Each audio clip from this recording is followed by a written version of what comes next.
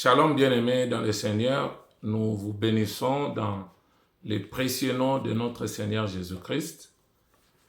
Aujourd'hui, par la grâce de Dieu, nous allons aborder un thème très important concernant le corps de Moïse. Là, nous sommes dans le livre de Gide. Il y a un seul chapitre, donc Gide, chapitre 1, nous prenons le verset 9 à 10. La Bible dit, « Or l'archange Michael, lorsqu'il contestait avec les diables et il disputait le corps de Moïse, n'osa pas porter contre lui un jugement injurieux, mais il dit que le Seigneur te réprime. Et au contraire, il parle d'une manière injurieuse de ce qu'ils ignorent, et ils se corrompent dans ce qu'ils ne savent naturellement comme le brut. » Que Dieu bénisse la lecture de sa parole. Donc, c'est une question vraiment très importante. Pourquoi Satan a-t-il disputé le corps de Moïse contre l'archange Michael et toute son équipe? Pour faciliter la compréhension de cette histoire, il est d'abord important de comprendre que lorsque Dieu a créé l'homme sur la terre, là je suis dans Genèse au chapitre 1er, le verset 26 à 27.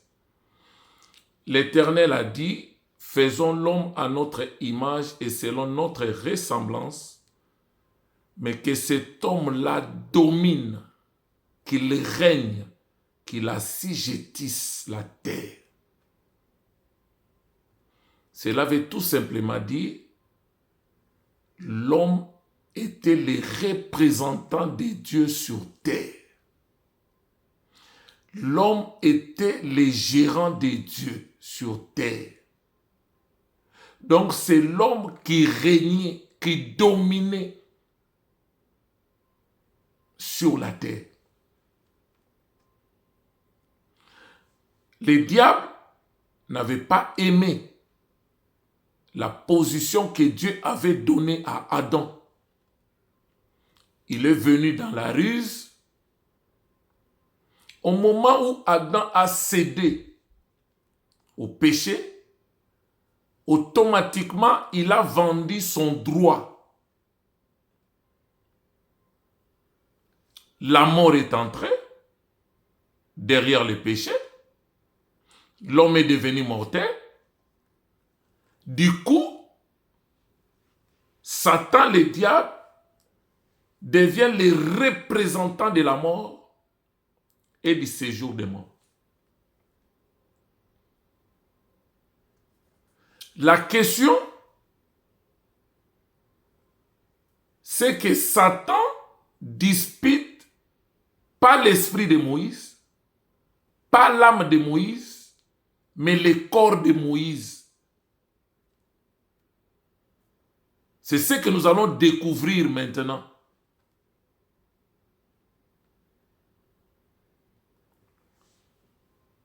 Quand nous prenons 1 Thessaloniciens 5, 23, la Bible est claire. La Bible définit l'homme.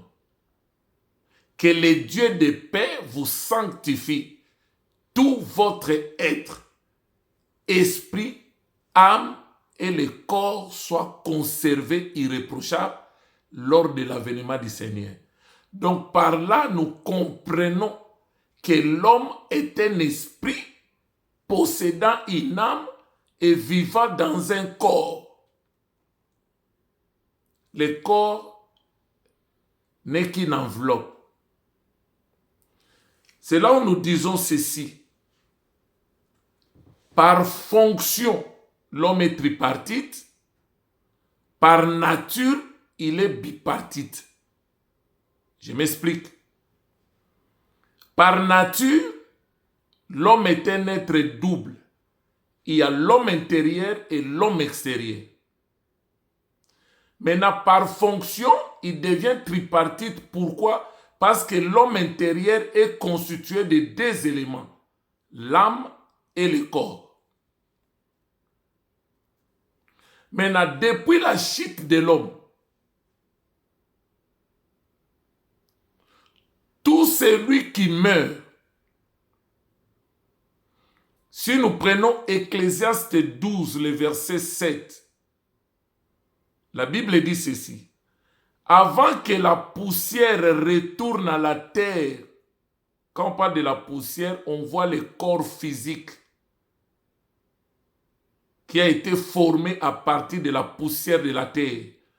Au moment où l'homme a péché, Dieu a dit, tu es poussière, tu retourneras à la poussière, la mort physique. Qu'elle retourne à la terre comme elle y était et que l'esprit retourne à Dieu qui l'a donné. Donc, les trois parties de l'homme, quand l'homme meurt, l'esprit retourne à Dieu qui l'a donné. Son âme va maintenant dans le séjour des morts.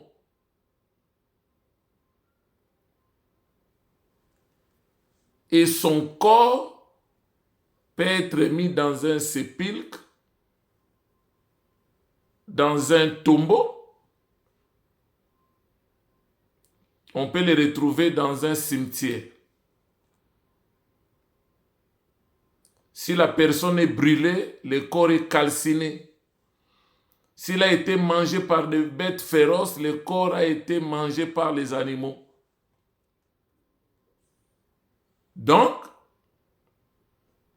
après la chute de l'homme, c'est Lucifer qui était devenu le représentant de la mort et du séjour des morts. C'est lui qui avait la clé de la mort et du séjour des morts. Et quand nous parlons de la clé, nous parlons du pouvoir. Il avait le pouvoir sur la mort, il avait le pouvoir dans le séjour des morts. Maintenant, le séjour des morts est comme une prison des âmes. Cette vérité spirituelle, nous l'avons découvert dans Luc 16, le verset 19 à 31, quand Jésus nous a parlé d'un récit pour nous révéler les mystères cachés de l'au-delà après la mort des hommes. Et dans ce récit, il a donné l'exemple de l'homme riche qui n'avait pas la crainte de Dieu, qui n'aimait pas Dieu, qui n'a pas servi Dieu, et le pauvre Lazare qui aimait Dieu, qui a servi Dieu dans la fidélité, mais physiquement, il n'était pas riche, il était pauvre. Au moment où ils sont morts, l'esprit retourne à Dieu qui l'a donné, le corps est enterré dans un cimetière, dans les sépulcres, mais leur âme se retrouve dans le séjour des morts. Or, nous avons dit que le séjour des morts, c'est comme une prison. Je vais donner un exemple simple pour faciliter la compréhension à nos bien-aimés qui nous suivent. Dans nos prisons, il y a des compartiments ou des quartiers qui sont réservés à des hommes riches. Et il y a des quartiers pour les pauvres. Mais que ce soit les quartiers des riches, que ce soit les quartiers des pauvres, mais tout ça là, c'est dans une prison. C'est comme quelqu'un qui n'a pas de moyens. Il a commis un crime. Et un homme riche a commis aussi un crime. Quand on les amène en prison, les pauvres, on va l'amener dans un quartier où on met tout le monde. Mais l'homme riche, on va dire, lui vit sa fortune, vit sa richesse, on doit les mettre dans les quartiers VIP, où il aura tout ce qu'il avait dans sa maison. Il vit comme s'il était chez lui. Mais malgré les conforts qu'ils vont lui donner en prison, mais il est prisonnier, il est captif. Donc c'est ce qui s'est passé. Adam est mort, on l'a enterré. Abel est mort, on l'a enterré. Abraham, le père de la foi, lui qui était ami de Dieu, il est mort, on l'a enterré. Son âme est allée dans le séjour des morts.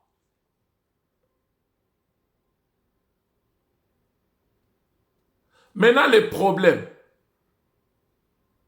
pour arriver maintenant à notre question, pourquoi Satan a-t-il disputé le corps de Moïse contre l'archange Michael?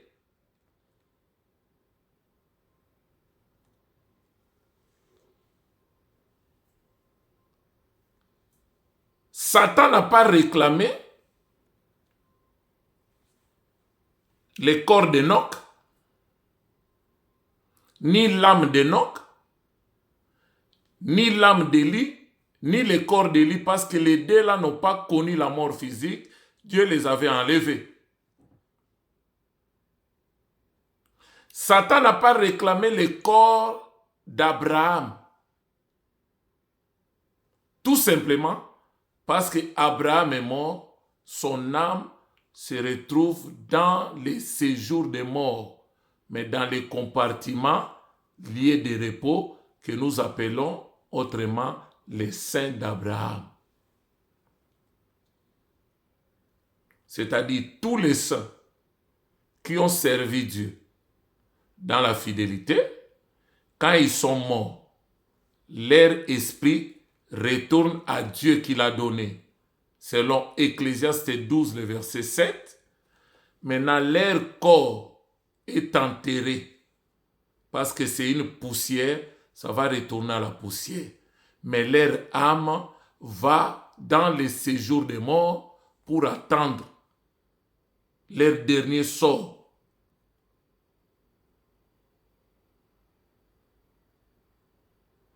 Au moment où l'âme de tous ces saints viennent dans les séjours des morts, leur corps enterré quelque part, ça ne pose pas le problème. Parce que pour Satan le diable, c'est maintenant le fonctionnement normal. Maintenant, ce qui l'a surpris, c'est quoi? Arrivé maintenant dans Deutéronome 34, le verset 6, la Bible dit, Moïse, mon serviteur, est mort. Maintenant, Dieu lui-même l'enterra dans une vallée, dans un lieu secret.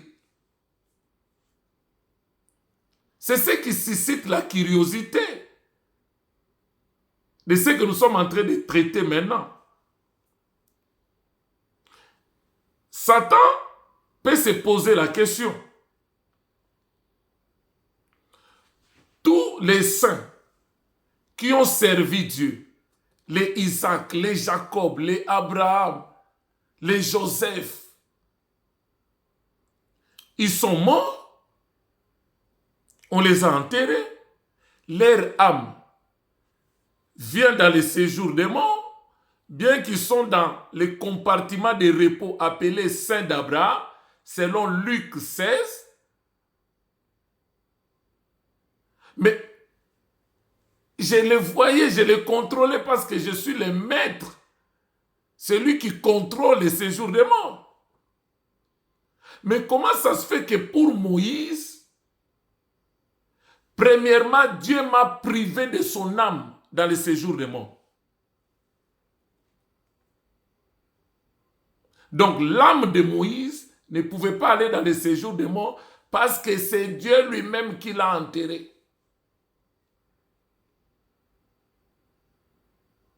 Au moment où il n'a pas vu l'âme de Moïse dans le séjour de mort, c'est là où maintenant il peut aussi se poser pas mal de questions. Qu'est-ce que Dieu est en train de cacher avec Moïse? Qu'est-ce qu'il est en train de planifier? Il est en train de mijoter quelque chose. Donc, par le fait que il m'a privé de l'esprit de Moïse pour qu'il soit enfermé dans le séjour de mort, maintenant, la résolution, c'est quoi? Allons maintenant récupérer son corps. C'est ce qui nous ramène maintenant dans cette discussion entre l'archange Michael et Lucifer.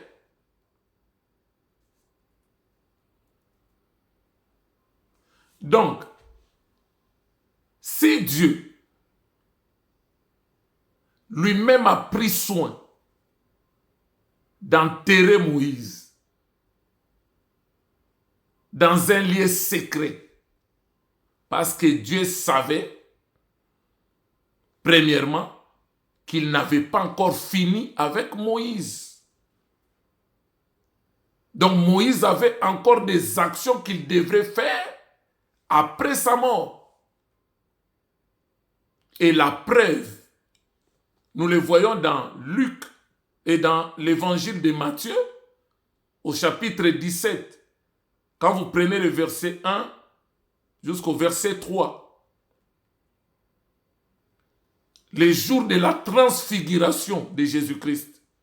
La Bible dit, Jésus avait pris 3 disciples, Pierre, Jean et Jacques. Il les amena sur la montagne. Maintenant, lui, il était sur la montagne. Au moment où il commença à prier, il fut transfiguré. Du coup, il y a eu l'apparition d'Élie et de Moïse qui s'entretenaient avec lui. Ce que Moïse et Élie parlaient avec Jésus, c'est un mystère. Mais quand vous regardez le film, qu'on fait le film de Jésus, tu vois, il y a Élie qui lui dit, tu dois accomplir la volonté de Dieu. Il y a l'autre qui lui dit, tu dois retourner à Jérusalem pour que tout ce qu'on avait dit sur toi, dans la loi et dans les prophètes, puisse s'accomplir. Donc Dieu voyait la mission de Moïse avec Élie dans la transfiguration 2000 ans après. Donc c'était une des raisons que Dieu devrait lui-même enterrer Moïse, garder tout ce qui concernait Moïse comme un secret. Deuxième élément. Quand nous allons dans Apocalypse 11, vous prenez le verset 3 jusqu'au verset 14, la question concerne la restauration d'Israël. Après l'enlèvement de l'épouse, quand nous entrons dans la prophétie, la dernière semaine de la prophétie de 70 semaines d'année de Daniel, première moitié de 3 ans et demi, la Bible dit Dieu enverra des prophètes, des témoins, des oliviers qui seront semblables à Élie et à Moïse. Ils viendront avec la mission semblable à Élie et à Moïse. Des fois, on nous dit, ils viendront avec l'esprit d'Élie et l'esprit de Moïse pour la restauration d'Israël.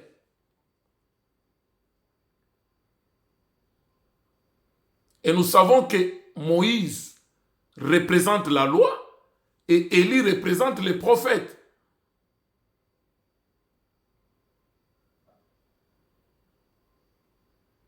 Donc Dieu voyait déjà Moïse qui devait accomplir certaines missions.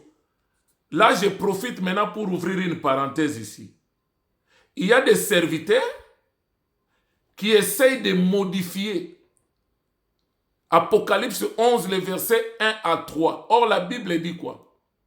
Si quelqu'un veut leur faire du mal, le feu sortira de leur bouche et il consumera ses ennemis.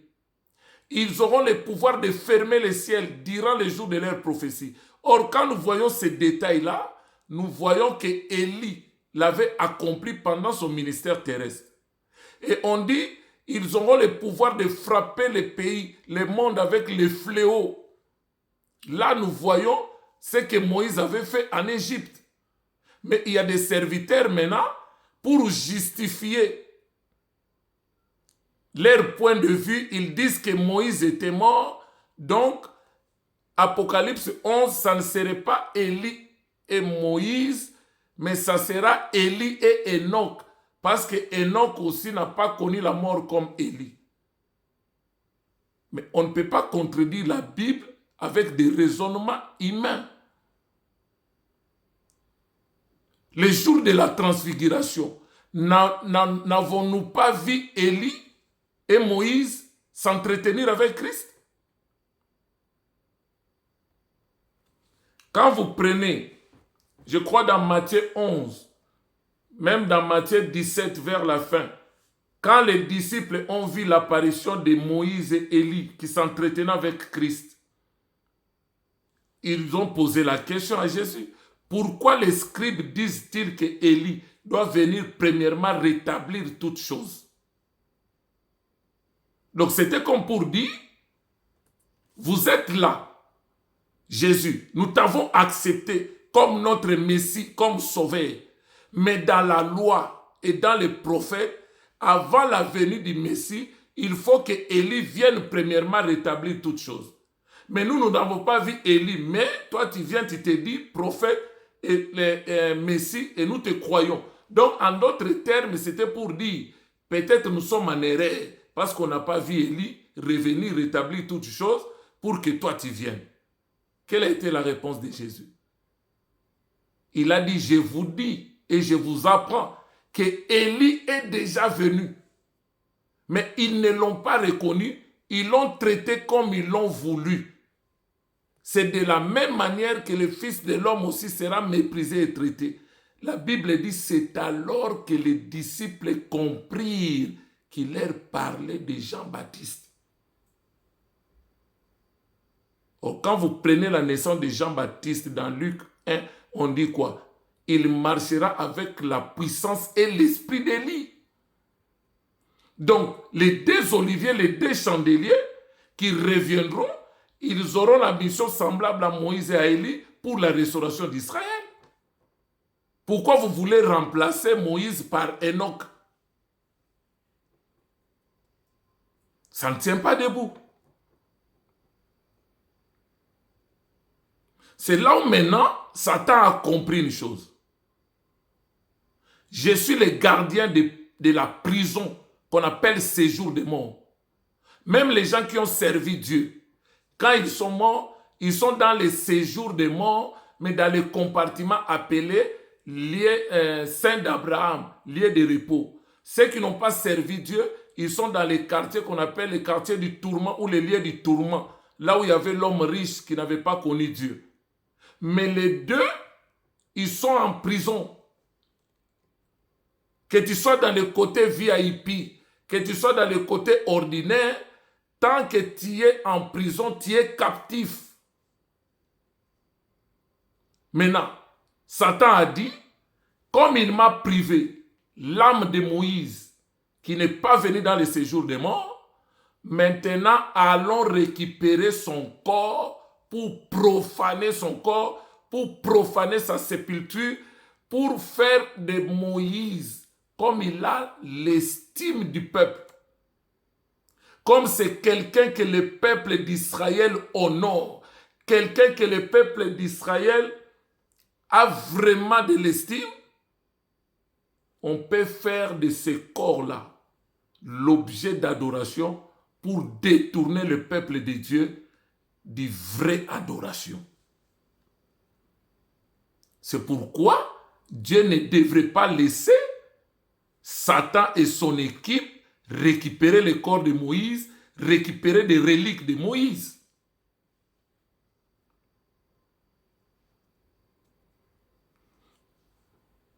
Vous vous rappelez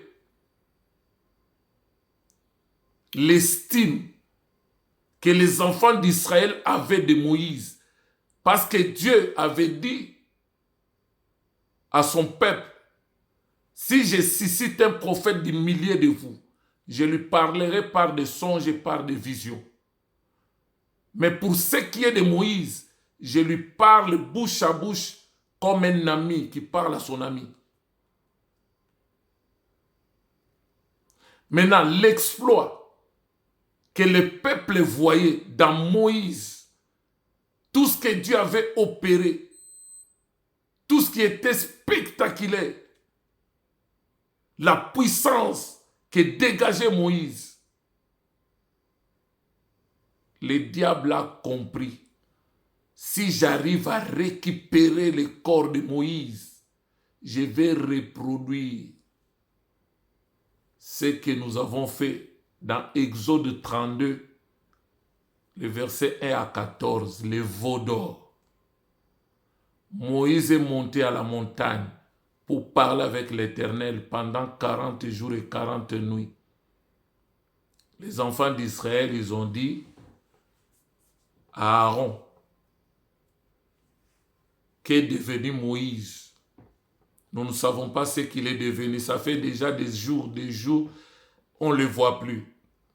Fais-nous un veau d'or que nous allons adorer. Et au moment où on a fait le veau d'or, ils ont dit à Israël, ô Israël, voici le Dieu qui vous a sorti de l'Égypte. Et les peuples ont commencé à adorer le veau d'or. Or, au même moment, si vous allez dans Exode,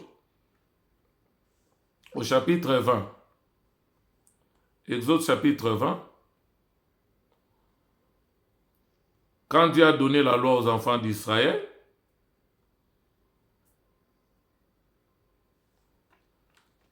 écoute ce que dit la Bible.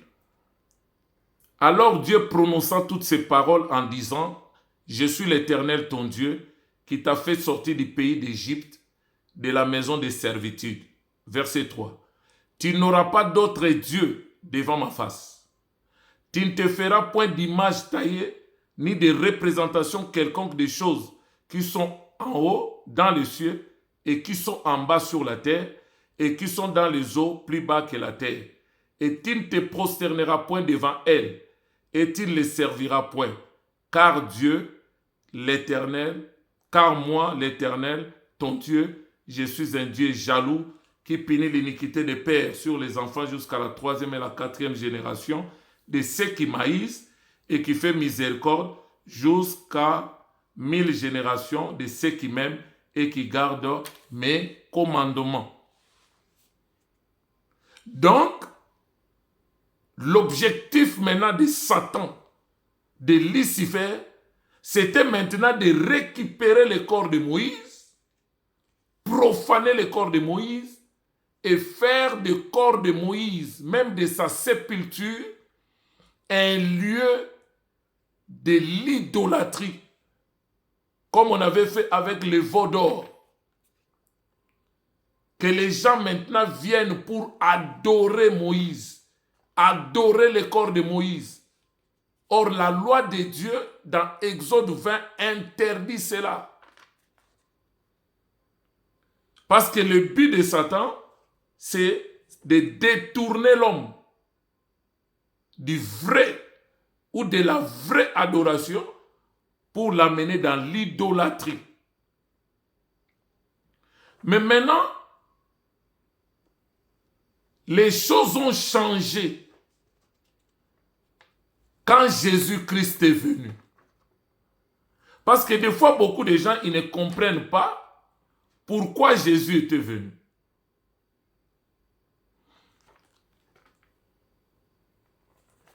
Jésus est venu, premièrement, c'est pour rétablir l'homme dans ses droits qu'il avait perdus.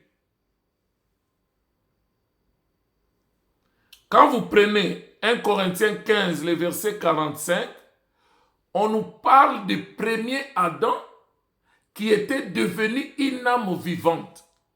Au moment où il a péché, il a perdu ses droits. Il est devenu esclave.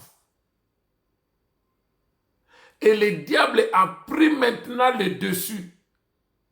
C'est là où maintenant, dans Luc 4, vous prenez le verset 5 à 7, quand il tentait Jésus, il a dit la puissance de ce royaume, le monde, la gloire de ce royaume, je les donne à qui je veux, à une seule condition, que la personne m'adore. C'est-à-dire qu'il se prosterne devant moi, qu'il me sert. Il m'a été donné. Qui lui a donné? Ce n'est pas Dieu. C'est Adam. Au moment où il a cédé au péché. Maintenant, 1 Corinthiens 15, 45 nous dit quoi? Maintenant, le second et le dernier Adam, Jésus-Christ, c'est un esprit vivifiant. Donc, il est venu maintenant pour nous donner la vie. Parce que la mort nous avait mis KO, le péché nous a mis KO. Maintenant, comment expliquer? Toi qui viens pour nous donner la vie, pendant que le péché nous domine et la mort nous engloutit. Donc, le seul moyen pour nous donner la vie, il a fallu que lui-même affronte d'abord le péché, vaincre le péché, ensuite affronter la mort et vaincre la mort pour nous donner maintenant la vie.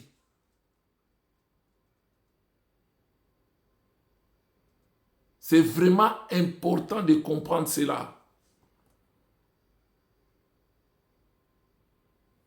La Bible dit, tous ont péché et sont privés de la gloire du Seigneur. Donc nous tous, nous étions candidats en enfer. Voilà pourquoi il a fallu que Jésus vienne.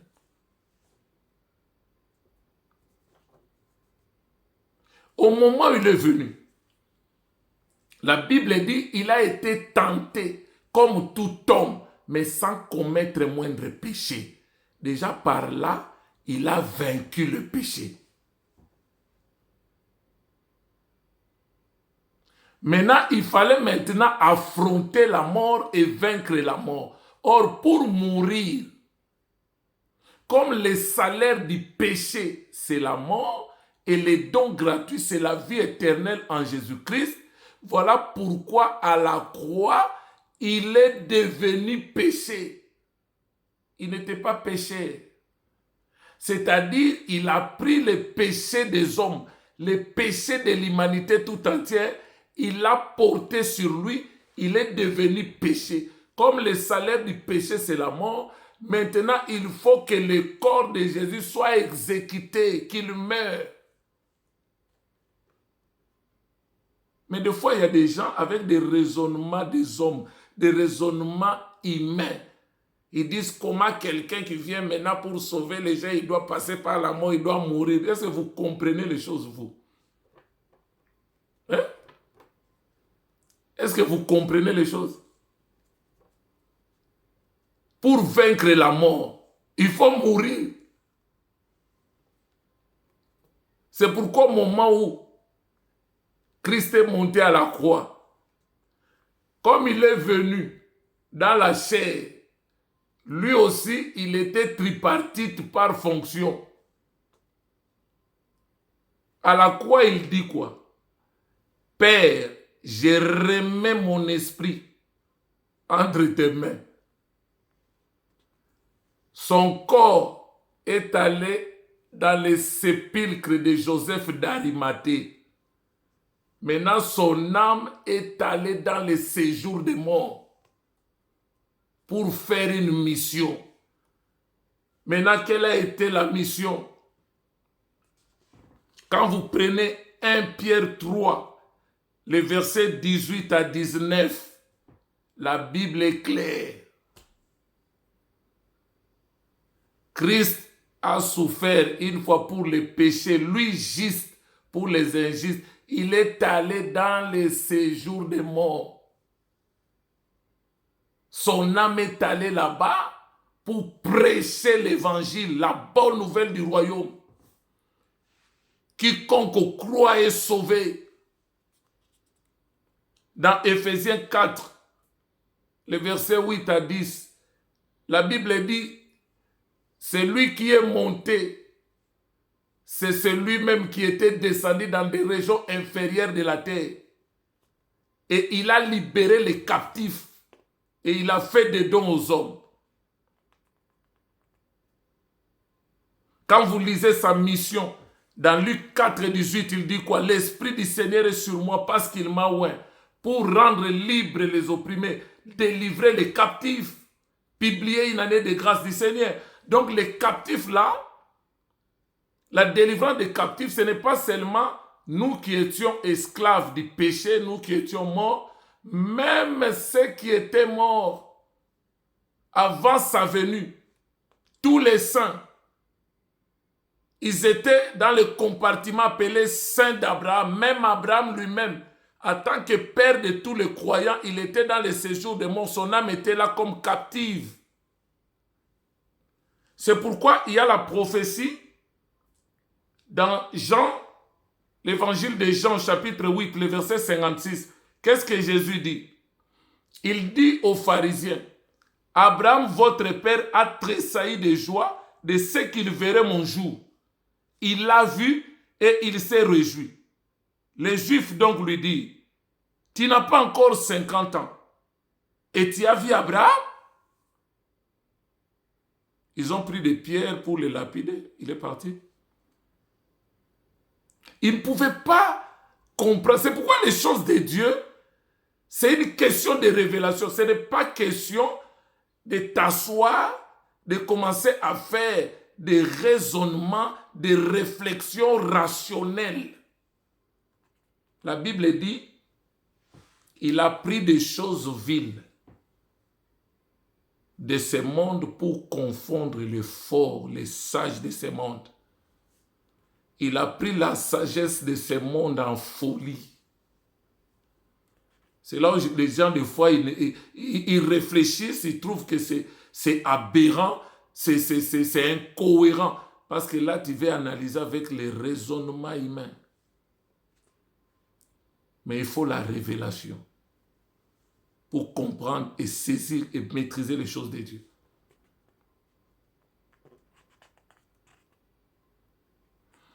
Dans Matthieu 27, vous prenez le verset 50 jusqu'au verset 53. Quand Jésus était à la croix, la Bible dit quoi? Au moment où il a rendu l'esprit, il y a eu tremblement de terre, les sépulcres des saints s'ouvrirent. Mais son corps était encore sur la croix. Mais aucun saint ne pouvait sortir. Ils ont attendu que Christ soit enterré, son âme aille dans le séjour des morts pour délivrer les captifs, ensuite récupérer la clé de la mort et du séjour des morts. Au moment où maintenant il a vaincu la mort, il est ressuscité le troisième jour. Maintenant au moment où il est sorti maintenant avec plusieurs corps de saints. Voilà pourquoi quand tu prends une prophétie biblique, la prophétie peut avoir plusieurs applications. Je prends l'exemple. Quand la prophétie biblique dit « J'appelle mon fils hors d'Égypte », nous le voyons l'accomplissement avec Jésus. Quand il était enfant, ses parents ont fui.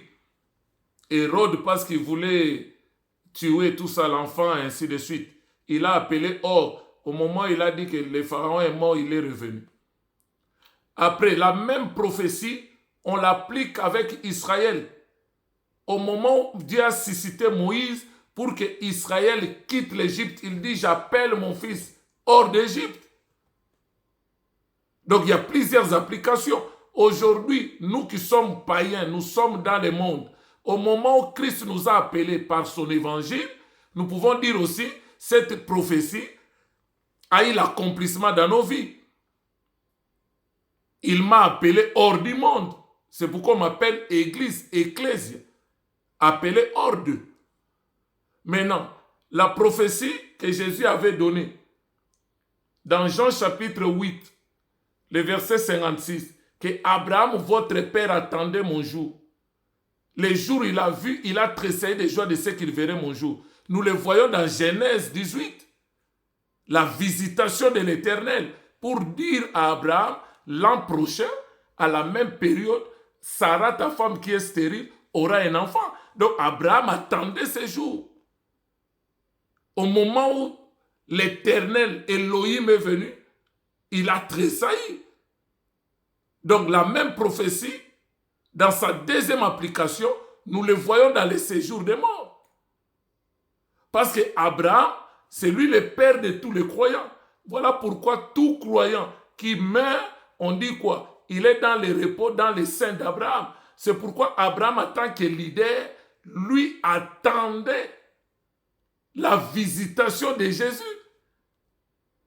Et quand il a vu Jésus venir dans les séjours des morts pour libérer tous les enfants d'Abraham, tous ceux qui ont la foi, Abraham a tressailli de joie de voir Jésus venir. Et il attendait ce jour-là. Et dans Matthieu 27, on dit quoi? Quand Jésus est sorti, parce qu'il est le premier-né de ressusciter des morts. Il est la prémisse de toutes ces choses. Au moment où Christ est sorti, plusieurs corps des saints sont sortis avec lui. Voilà pourquoi quand vous allez maintenant dans Apocalypse, chapitre 1er, quand vous prenez le verset 18, et Apocalypse chapitre 20, vous prenez le verset 13 à 14, on va finir par là. Qu'est-ce qu'il nous dit?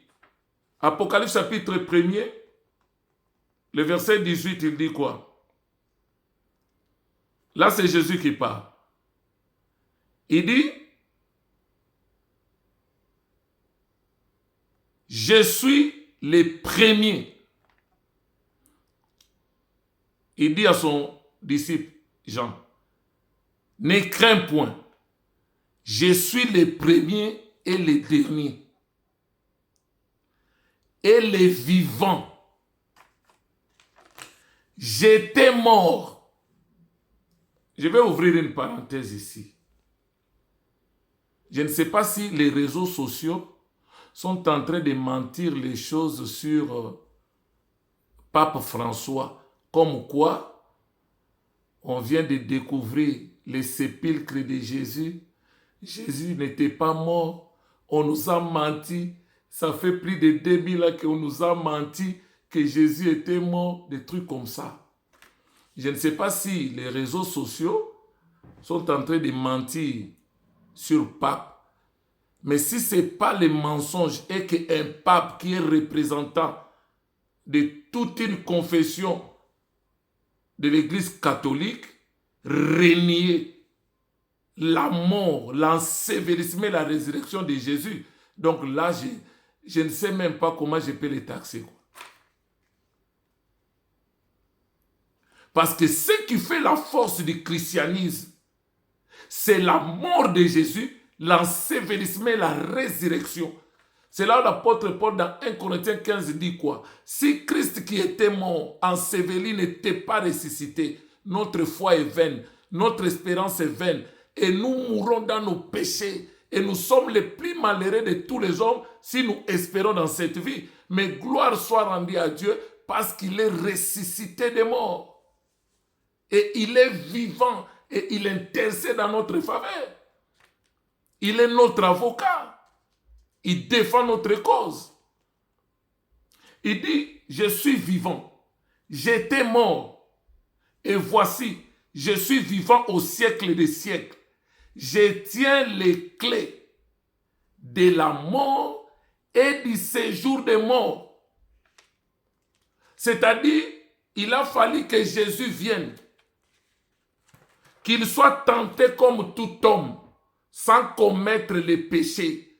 Au moment où il a vaincu les péchés, Maintenant, il devrait affronter la mort. Or, pour mourir, il a porté le péché de l'humanité tout entière sur lui. Il est devenu péché.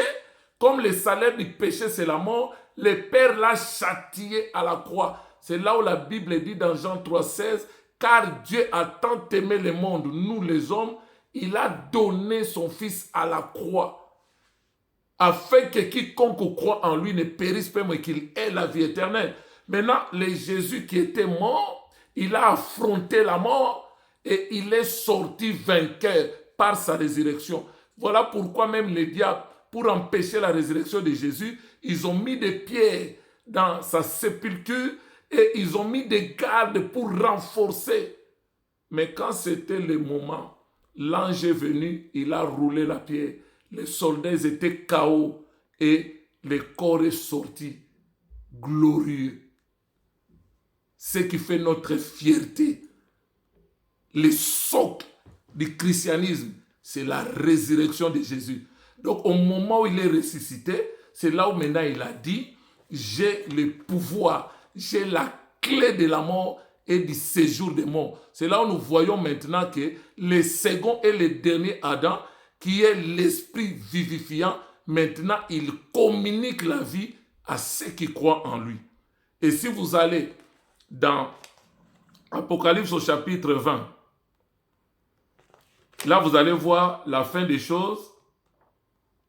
On nous parle de la mort et du séjour des morts vers la fin. La Bible dit, à la fin, Dieu prendra et la mort et le séjour des morts et ils les jetteront dans les temps de feu et de souffle. C'est là la seconde mort. Donc au moment où Christ est venu, les choses ont changé.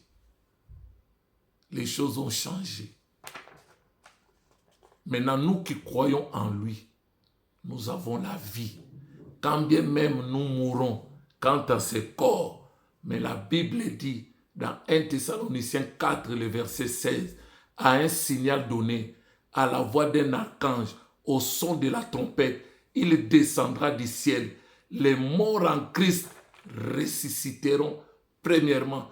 Ensuite, nous qui serons vivants en Christ pendant cette période, nous serons transformés et nous irons à la rencontre de l'époux dans les airs. Donc nous croyons à ça. C'est ce qui fait notre force. Parce que Jésus est vivant. Il a affronté le péché, tenté comme tout homme, sans commettre un péché. Il a affronté la mort et il a vaincu la mort. Et il est sorti maintenant. C'est là où maintenant, lors de l'ascension, quand il est parti, il a réuni les disciples. C'est là où il a dit, tout pouvoir m'a été donné dans les ciels, sur la terre et sous la terre.